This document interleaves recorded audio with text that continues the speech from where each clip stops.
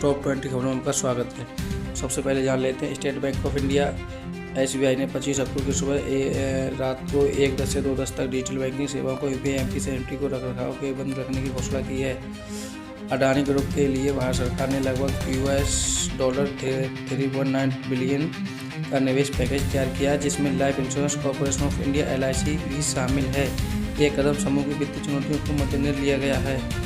तेज प्रताप यादव ने कहा है कि वे राष्ट्रीय जनता दल राजनीति में वापस नहीं लौटेंगे और इसके लिए उन्होंने मृत्यु को चुनना तय कह दिया है। पीयूष गोयल ने पश्चिमी देशों को चेतावनी दी है कि वे भारत के रूसी तेल आयात के लिए दबाव नहीं दे सकेंगे। भारत अपने राष्ट्रीय हितों को पहले रखेगा।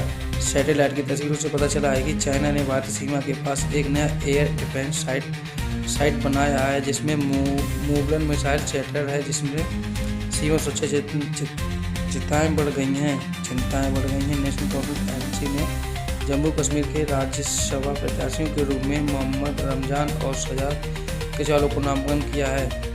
इंडियन नेवी को अपना पहला intelligence anti submarine warfare ship INS मिला है, जिससे कोच्चि में बनाया गया। भारत को खेलों में डोपिंग विरोधी अंतर्राष्ट्रीय मंच का महत्वपूर्ण स्थान मिला है। यूनेस्को के अंतर्गत संपन्न COP10 सम्मेलन में भारत का उपाध्यक्ष चुना गया है। भारत सरकार ने बड़ी पहल की है राष्ट्रीय पेड़ रोपण अभियान 2025, जिसमें करोड़ों पेड़ लगाने का लक्ष्य है। केरला में भारत का पहला अंडरवर्ल्ड समंदर के नीचे टनल बनाने जा रहा है बाइपिंग पोर्ट कोच्चि के बीच, जिसमें 16 किलोमीटर का सफर 3 किलोमीटर में बदल जाएगा। पंजाब नेशनल बैंक PNB ने अपनी जीवन company Canara HSBC life insurance company limited में 10% हिस्सेदारी करीब 1007 करोड़ रुपये बेची है।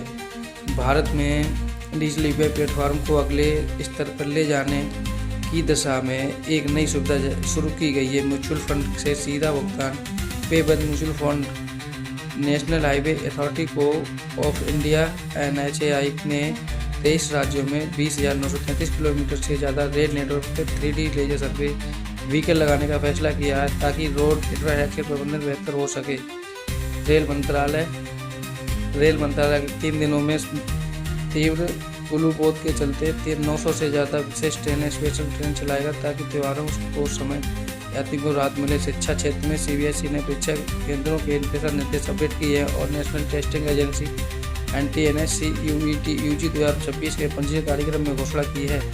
महिला दुकानदारों और वाणिज्य प्रतिष्ठानों के प्रतिष्ठानों में रात की शिफ्ट के कार्य करने की अनुमति दिल्ली में दी गई है। इस कदम में महिला सशक्तिकरण में बढ़ावा मिलेगा।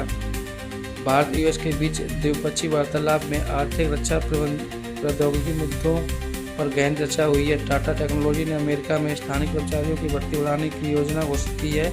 वैश्विक परिप्रेक्ष्य में भारतीय कंपनियों की भूमिका बढ़ती दिख रही है। राष्ट्रीय राजधानी क्षेत्र में कुल हिस्सों में दिवाली के बाद वायु प्रदूषण में हल्की बढ़ोतरी दर्ज की गई है और हरियाणा के 2 शहरों में वायु गुणवत्ता बहुत गंभीर श्रेणी में रही। राज्यसभा चुनाव प्रक्रियाओं के अतिरिक्त ज्ञान भारती मिशन नामक कला एवं लिखित पांडुलिपि संरक्षण कार्यक्रम शुरू हुआ, जिसमें पांडुलिपि के डिजिटलीकरण को सुनिश्चित किया गया, जो शामिल है। तो ये थी आज की न्यूज़ 20 टॉप 10। तो